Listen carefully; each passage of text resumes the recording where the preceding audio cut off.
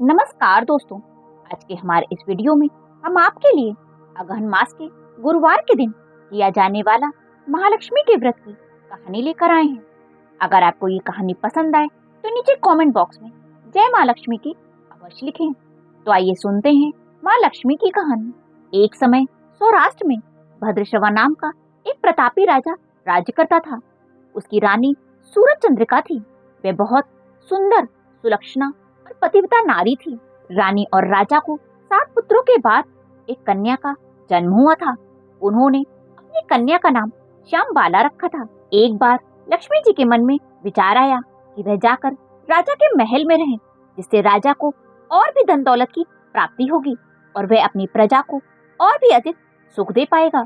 यह सोचकर महालक्ष्मी जी ने एक बूढ़ी औरत का रूप धारण किया और हाथ में लाठी लिए राजा के महल में पहुंच गई।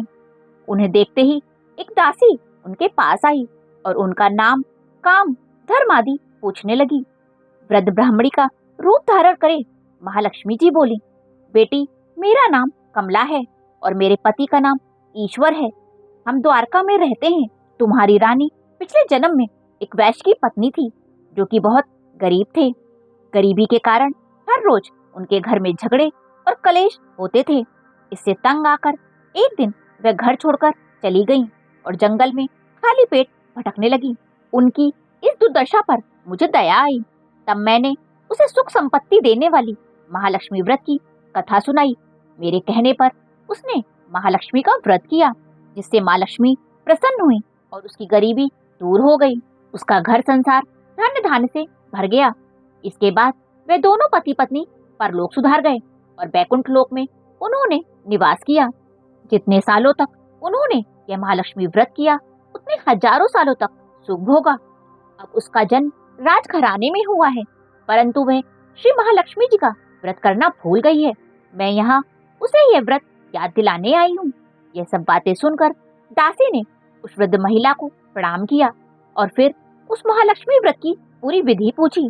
फिर उस वृद्धा के रूप में आई महालक्ष्मी जी ने दासी को महालक्ष्मी व्रत की संपूर्ण विधि बता दी। फिर दासी ने उस वृद्ध ब्राह्मणी को प्रणाम किया और महल के अंदर रानी को बताने चली गई। उधर रानी को अपने ऐश्वर्य पर बहुत घमंड था। दासी द्वारा बताई गई वृद्ध महिला की बातें सुनकर रानी आग बबूला हो गई और द्वार पर खड़ी महालक्ष्मी पर बरस पड़ी। वो नहीं जानती थी कि साक्षात महालक्ष्मी बूढ़ी महिला का रूप धारण करके उसके द्वार पर आई है। रानी का बुरा व्यवहार और अपना अनादर देखकर माँ लक्ष्मी ने वहाँ रुकना ठीक नहीं समझा। वो वहाँ से तुरंत चल पड़ी। रास्ते में उन्हें रानी की पुत्री श्यामबाला मिली। उस वृद्ध महिला ने राजकुमारी को उसकी माँ के बुरे व्यवहार की सारी बात बतला दी। यह सुनकर श्यामबाला ने महालक्ष्मी जी से अपनी माँ के बुरे व्यवहार की क्षमा मांगी। माता लक्ष्मी को राजकुमारी पर दया आ गई। उन्होंने श्यामबाला को महालक्ष्मी व्रत के बारे में बताया। श्यामबाला ने श्रद्धा और विश्वास से महालक्ष्मी का व्रत किया।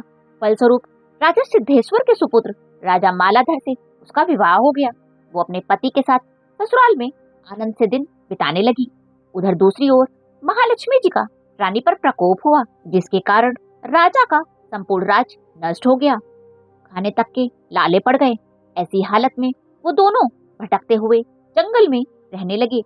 एक दिन रानी राजा से बोली, स्वामी, हमारे दामाद इतने बड़े राजा हैं, आप उनके घर जाकर अपना हाल बताइए, वो हमारी मदद जरूर करेंगे। यह सुनकर राजा भद्रश्रवा अपने दामाद के पास जाने को तैयार हो गए।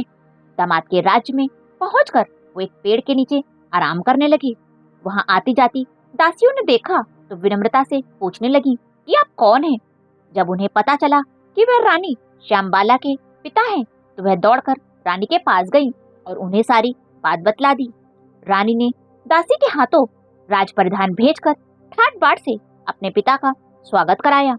जब वह लौटने लगे तो सोने की मोहरों से भरा एक घड़ा अपने पिता को दिया। जब वह वापस अपने राज्य लौटे तो उन्हें देखकर रानी बहुत प्रसन्न हुई। जब राजा ने सोने की मोहरों से भरा हुआ घड़ा रानी को दिया तो वह धन कोयलों में बदल गया। यह सब माता लक्ष्मी के प्रकोप से हुआ था। अब रानी स्वयं अपनी कन्या के पास गई। यह दिन अगहन मास का अंतिम गुरुवार का था। उस दिन श्यामबाला ने महालक्ष्मी जी का व्रत और पूजन किया और अपनी माँ से भी व्रत व्रत करने को कहा। पूजा करने के बाद रानी वापस अपने घर आ गई। यह व्रत करने पर एक बार उसे फिर अपना राज, पाट, धन, ऐश्वर्य प्राप्त हो गया। वह फिर से सुखमय जीवन बिताने लगी। कुछ समय के बाद श्यामबाला अपने पिता के घर आई तो उसको देखकर रानी को पिछली सारी बातें याद आ गईं कि जब उनका बुरा वक्त आया था तो कैसे उनकी पुत्री ने अपने पिता को घड़ा भरकर कोयला दिए थे और कोई मदद नहीं करी थी। यह सब सोचकर रानी ने अपनी पुत्री का आदर सत्कार नहीं किया और बार बार उसका तिरस्कार करने लगी।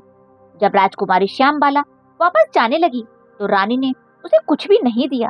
तब अपने घर वापस लौटते वक्त श्यामबाला ने थोड़ा सा नमक ले लिया। जब वह वापस अपने ससुराल पहुंची तब उसके पति ने पूछा कि मायके से क्या लाई हो। इस पर उसने कहा कि मैं वहां का सार लाई हूँ। यह सुनकर पति ने पूछा, इसका क्या मतलब हुआ? श्यामबाला बोली, धीरज रखिए, सब पता चल जाएगा। उस दिन श्यामबाला ने जो भी भोजन बनवाया उसमें नमक नहीं डाला और बिना नमक का भोजन अपने पति को परोस दिया। जब राजा को भोजन में कोई स्वाद नहीं आया तो वे बोला, आज ये कैसा बेस्वाद खाना बना है। तब श्यामबाला ने राजा के खाने में अपने पिता के यहाँ से लाया हुआ नमक डाल दिया, जिससे भोजन में स्वाद आ गया। तब श्यामबाला अपने पति से बोली, यही है मेरे मायके से आया हुआ सार। पति को उसकी बात सही लगी। वे दोनों भोजन करने लगे। इसी प्रकार से जो भी व्यक्ति महालक्ष्मी जी का व्रत करता है उसे महालक्ष्मी जी की कृपा अवश्य प्राप्त होती है। सुख संपत्ति और शांति बनी रहती है और सभी मनोकामनाएं पूर्ण होती हैं। हे माँ महालक्ष्मी, जैसी कृपा आपने श्यामबाला पर करी वैसी ही कृपा पूरे परिवार पर भी करना। इस कहानी को कहने वाले, सुनने वाले और हुंकारा भरने वाले पर भी अपनी कृपा बनाए रखना। बोलो महालक्ष्मी की जय, बोलो विष्णु भगवान की जय।